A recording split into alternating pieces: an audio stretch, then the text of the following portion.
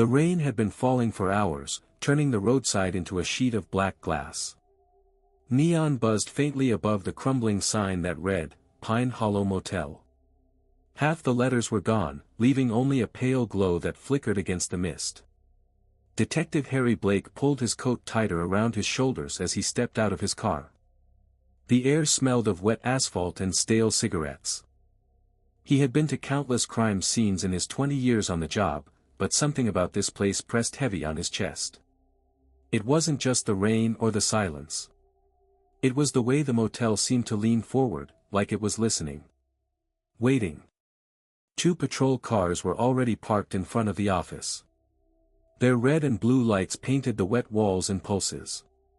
And leaning against the hood of one of them, arms crossed, jaw tight, stood Sergeant Doyle. Harry knew that face. He'd seen it in courtrooms, in precinct hallways, always wearing the same expression, irritation. "You're late," Doyle barked, straightening. Harry met his glare without flinching. "I wasn't aware this was your case." "It is now. The chief sent you because, well, I guess some people still think you've got instincts worth using." Doyle's tone dripped with disdain. "But don't get in my way. This isn't one of your ghost stories." Harry didn't bother answering. He'd heard it all before. Too old. Too stubborn. Too haunted. But the truth was simple, when things didn't make sense, they always called him.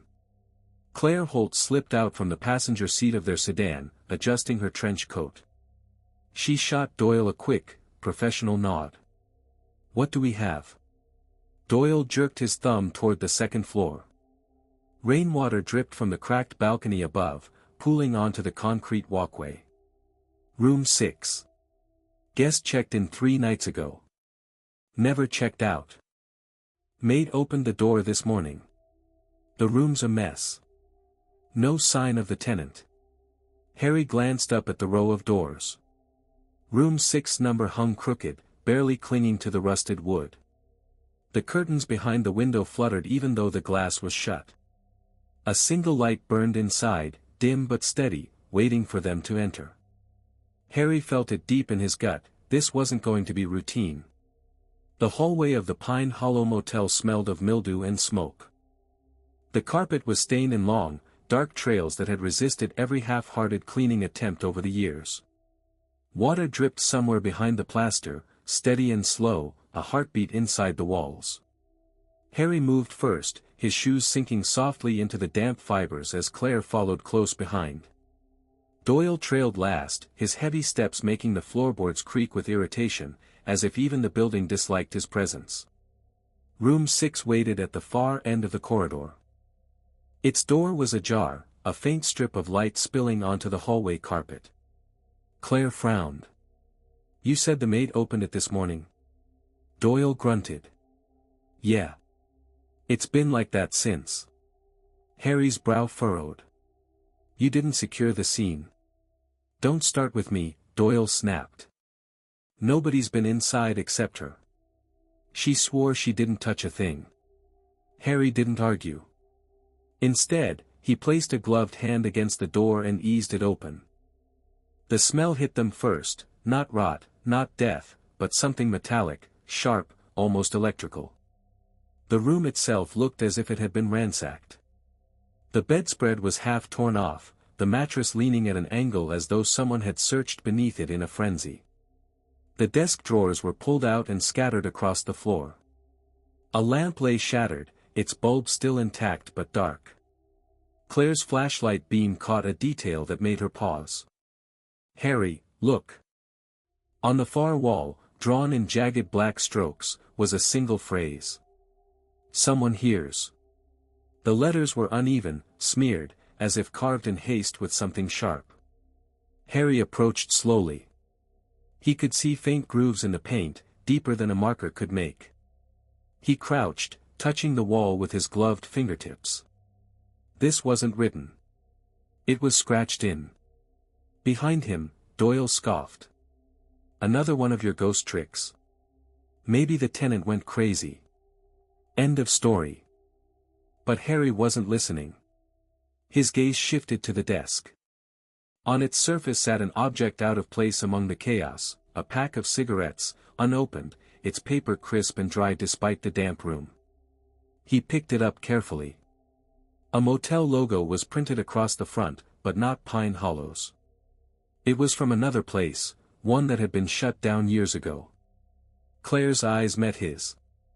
Why would he bring these here? Harry slipped the pack into an evidence bag.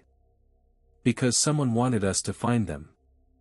Inside the dimly lit motel room, the air felt stale, as if no one had opened the window for years.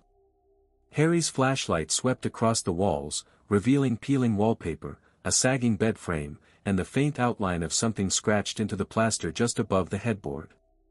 He stepped closer, squinting at the jagged letters, "Not alone." The words had been carved hastily, uneven strokes gouged deep into the wall as though the writer had pressed with desperate force. Claire crouched near the dresser. Her gloved hand brushed aside a thin layer of dust to uncover a small box of matches.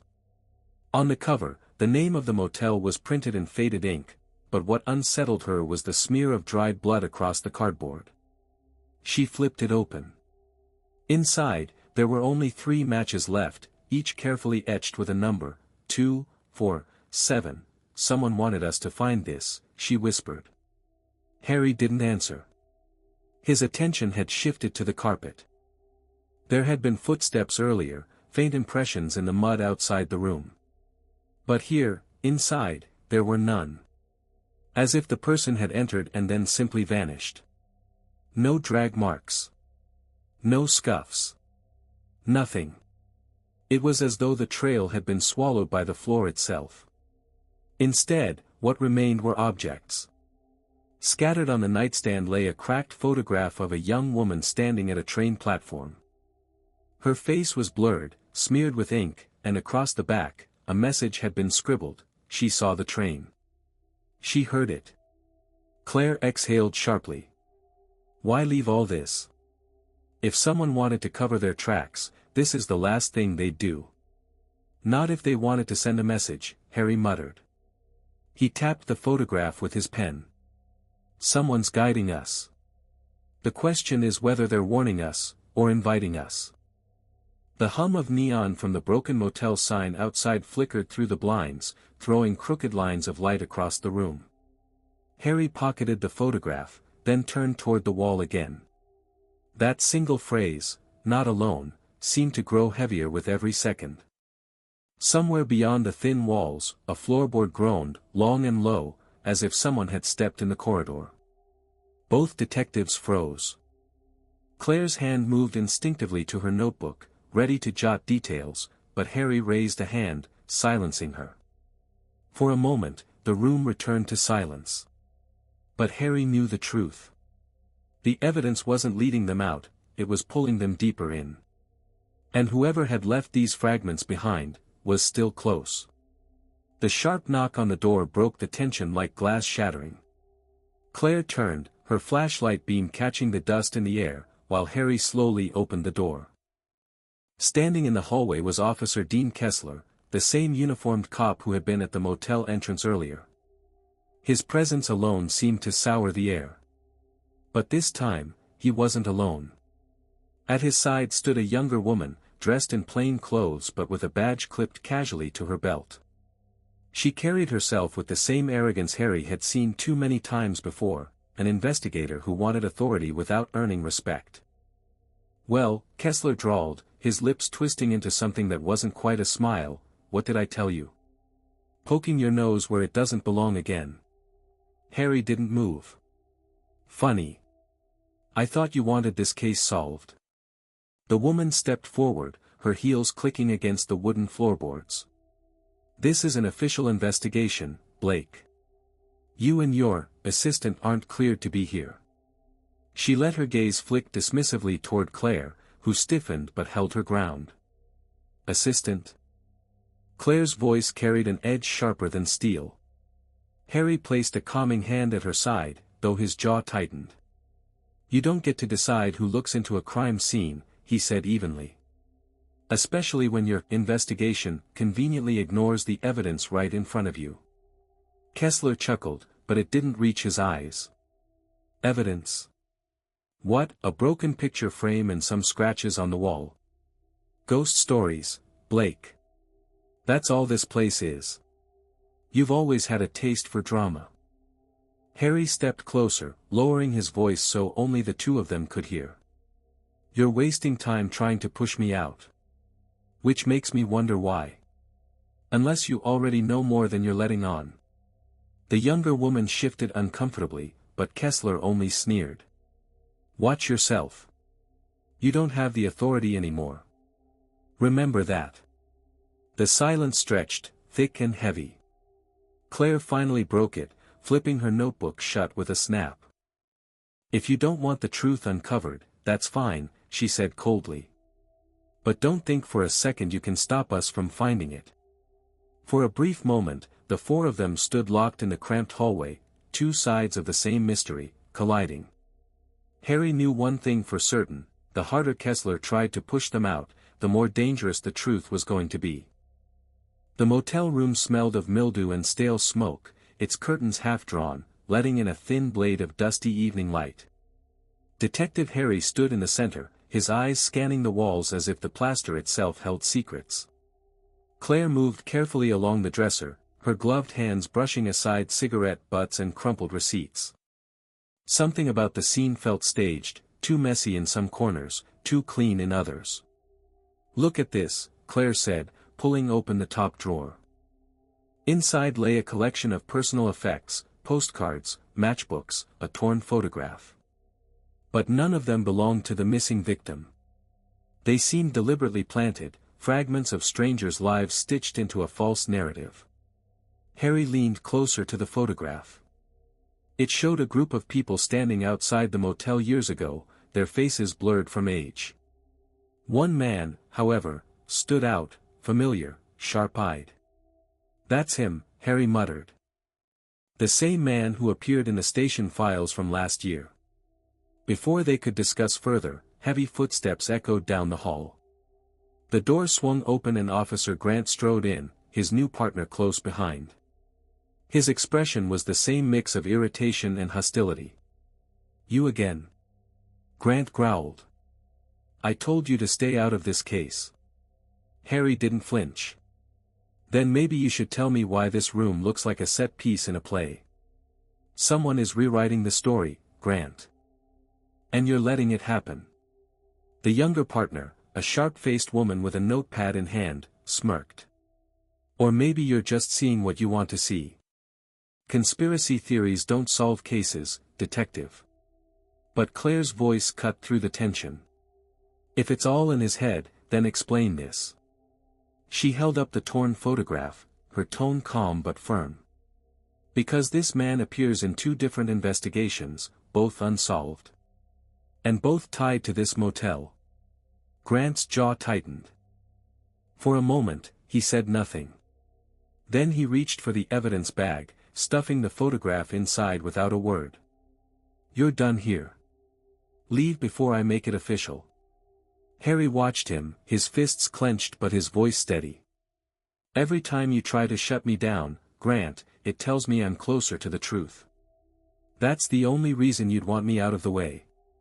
The silence that followed was heavy, broken only by the faint buzz of the failing motel light above them.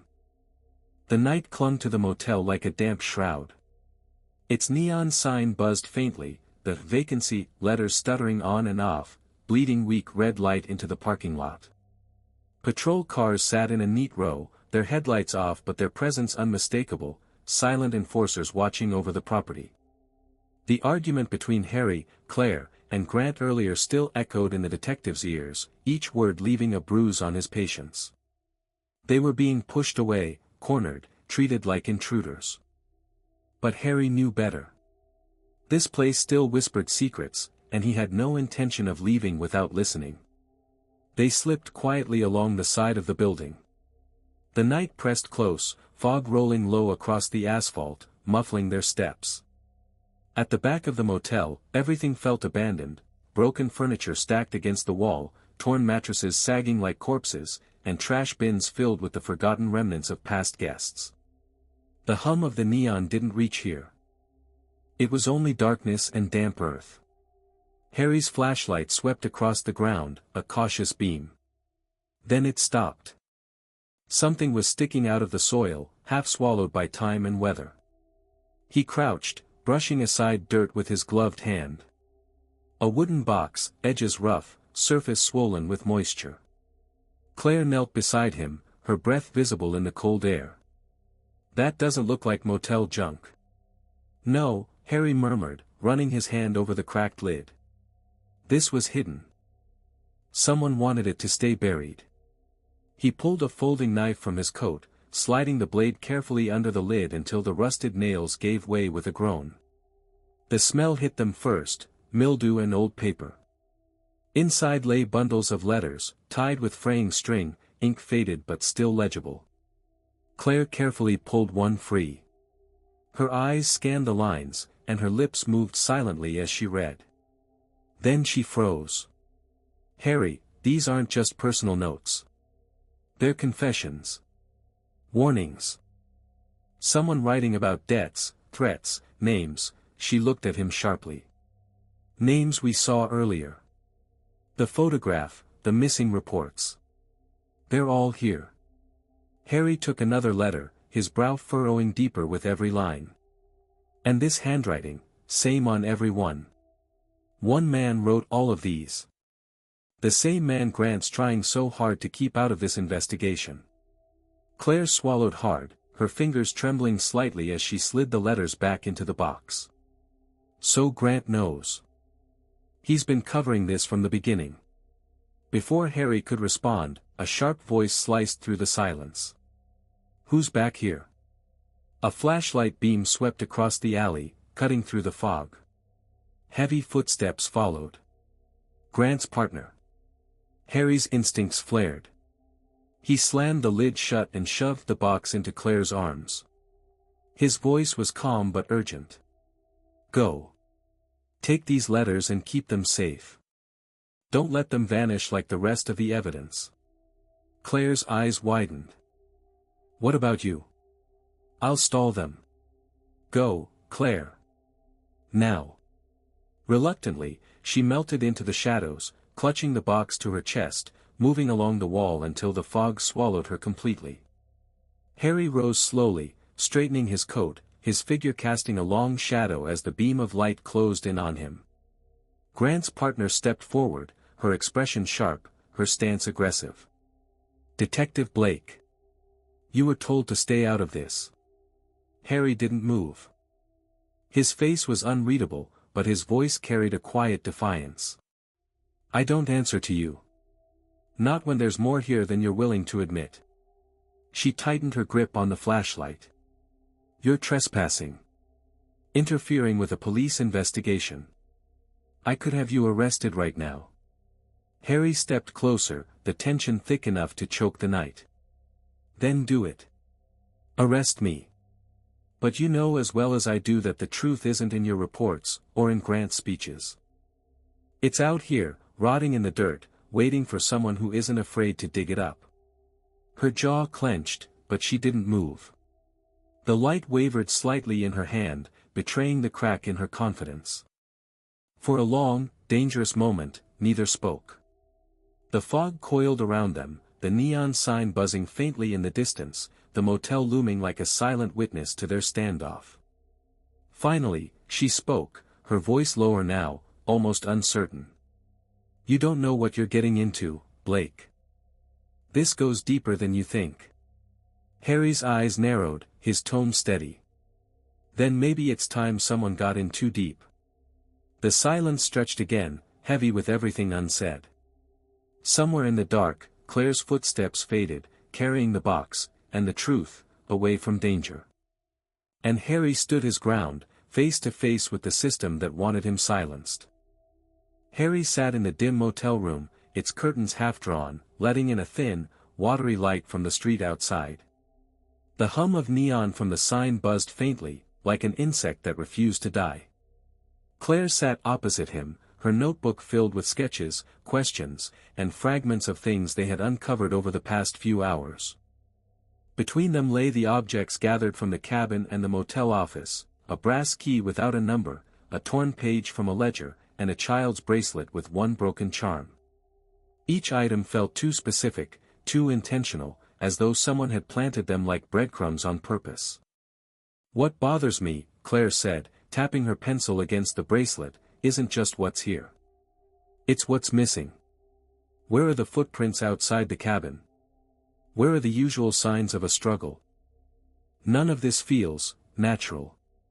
Harry leaned back in his chair, rubbing his temples. "It feels staged," he muttered. "Every piece of this case screams setup. Someone wants us to see only what they choose to show." He looked up, his tired eyes locking with hers. "The question is why?" A knock at the door interrupted them. It wasn't polite, but sharp, controlled, as if the visitor wanted to announce both authority and impatience. Claire stiffened immediately. She didn't have to guess who it was. When Harry opened the door, Officer Marlowe stood there, his broad frame filling the doorway. And beside him was the younger assistant, Detective Reed, the one who had hovered silently before, her sharp eyes missing nothing. Marlowe didn't bother with greetings. "You're overstepping again, Harry. This isn't your case. It's ours." Harry didn't flinch. "If it were yours, it'd be solved already." His voice was calm, low, the kind of tone that carried weight without shouting. Reed stepped forward, folding her arms. "We're not blind. We know you've been poking into the motel records. You shouldn't even be here." "Funny," Claire shot back before Harry could answer, "because if you were actually following those records, you'd notice the same discrepancy we did.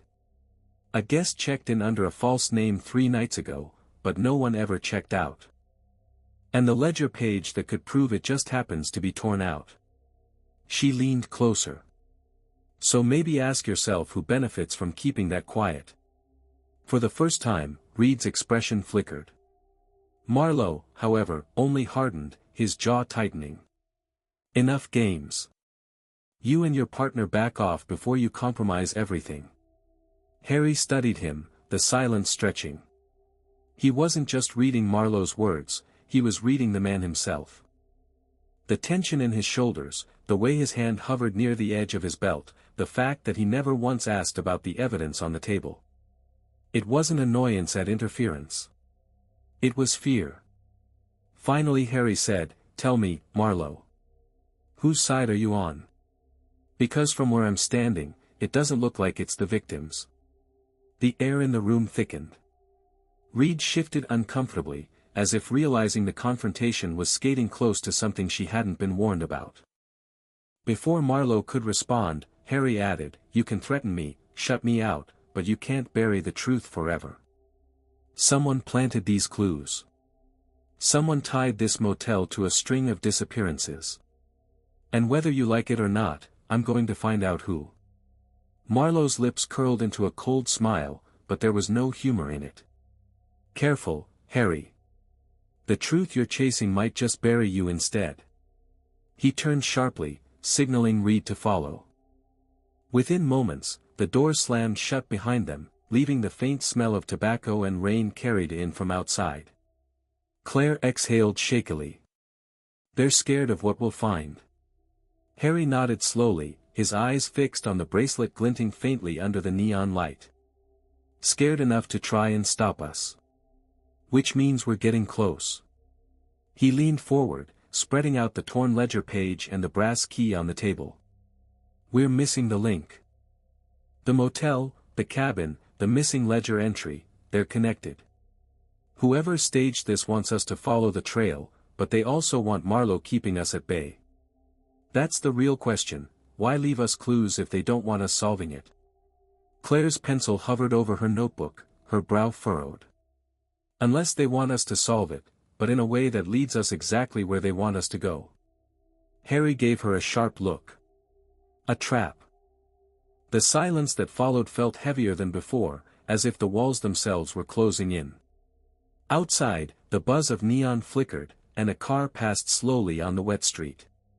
In the dim glow, both detectives realized the same truth, they weren't just chasing a mystery. They were being pulled into someone else's design, a game where every step forward was already predicted. And yet Harry's resolve only hardened. He had been underestimated before, sidelined by officers like Marlowe, dismissed as stubborn, difficult, out of line. But that was exactly why he always found answers others missed. And this time, no threat, no staged evidence, no trap would keep him from uncovering the truth that lay hidden beneath the walls of that motel and the silence of the missing. The following morning, the motel looked different under the washed-out daylight. The neon sign was dead, its buzz silenced. Rain had scrubbed the pavement clean, leaving shallow puddles that mirrored the pale sky. For the first time since arriving, Harry felt the scene breathe, as though the shadows that had clung to it were finally dispersing. Yet the weight on his shoulders hadn't lifted. Claire was already waiting for him by the front desk, papers spread out over the counter. Her eyes were sharp with little sleep, but her mind was alert. "I went through the guest records again," she said, handing him a copy of the pages. "The torn section fits right between two entries from last week. Whoever stayed here used an alias, but look at the handwriting." Harry studied the photocopy.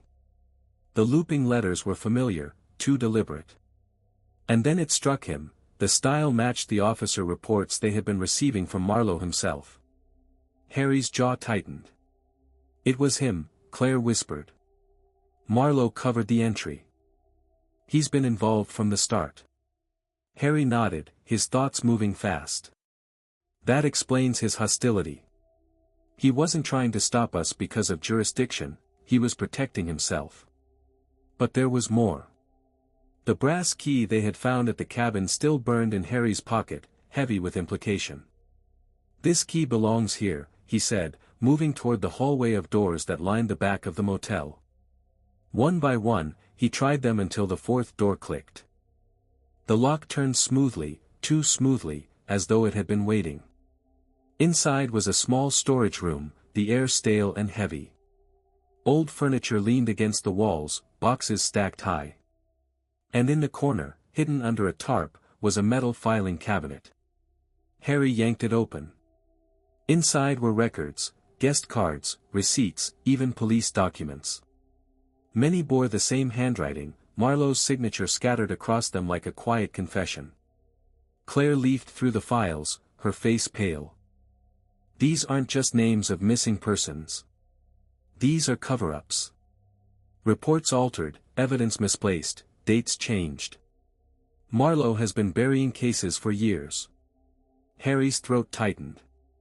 Every missing piece, every inexplicable silence in the records, it all made sense now. Marlowe had been erasing lives, folding them into the void of bureaucratic neglect. But why? The answer came with the discovery of a ledger at the bottom of the cabinet. Large sums of money recorded, initials scrawled beside them. Payoffs. Marlowe wasn't just covering up, he was profiting from disappearances. Claire slammed the ledger shut. "We have enough to put him away for life." But as they turned to leave, footsteps echoed down the corridor. The air shifted, and the door creaked open. Marlowe stood there, his revolver low but ready, Reed behind him, her expression conflicted. "You should have stayed out of this," Marlowe said, his voice calm, too calm. "You don't understand what you've walked into." Harry didn't move. "I understand plenty. You've been taking bribes, erasing people from the records, making sure they never existed on paper. All for money, Marlowe. And now it's over." Reed's eyes darted to the ledger in Claire's hands. She knew it was over too. But Marlowe wasn't a man who would walk quietly into disgrace. He stepped closer, gun trembling slightly. "You think the department will thank you for this? You think they want their own dirt dragged into daylight? They'll bury it. They'll bury you." Harry's gaze never wavered. "Maybe. But the truth will outlast you. That's the difference between us." For a moment, no one moved. Then Reed stepped forward, her hand closing around Marlowe's wrist. "Put it down," she said firmly. Her voice didn't waver. "It's over. Marlowe's face contorted with rage and despair. For a second, Harry thought he might pull the trigger anyway. But the weight of Reed's grip and the inevitability of the ledger's contents broke him. Slowly, painfully, he lowered the weapon. Claire exhaled, clutching the evidence tight. Reed took the gun and stepped aside, no longer his ally but his witness. Marlowe sagged against the doorframe, the fight draining from him. Hours later, as Marlowe was led away in cuffs and the motel sealed off as a crime scene, Harry stood outside, the grey sky opening to streaks of sun. Claire joined him, her notebook tucked under her arm. For the first time since they'd arrived, there was no tension in her shoulders, only quiet relief. "Do you think they'll really pursue this?" she asked. "The department, I mean. If he's right, and they try to bury it." Harry shook his head. "They might try. But we've got the files, the ledger, witnesses. Even if they silence us, this doesn't vanish anymore. Too many eyes will see it." Claire gave a small smile. "You always manage to find the cracks in the armor, don't you?" Harry lit a cigarette, the smoke curling upward into the damp air. "That's the job. Not solving puzzles. Not chasing ghosts. Just finding the cracks where the truth leaks out." They stood in silence for a while, the motel behind them now nothing more than another closed chapter. The rain had stopped, leaving the world smelling of earth and possibility. For Harry, it was enough. Another case closed, another truth wrestled out of shadows. He knew the fight wasn't over, it never was, but for now, justice had been dragged into the light, and that would have to be enough. He flicked the cigarette away and turned toward the waiting car. "Come on, Claire. Time to move on. There'll be another case, another mess no one else wants to touch. But this one's done." And with that, they left the motel behind, its secrets no longer hidden, but written in files and ink, bound for a courtroom where silence could no longer protect the guilty.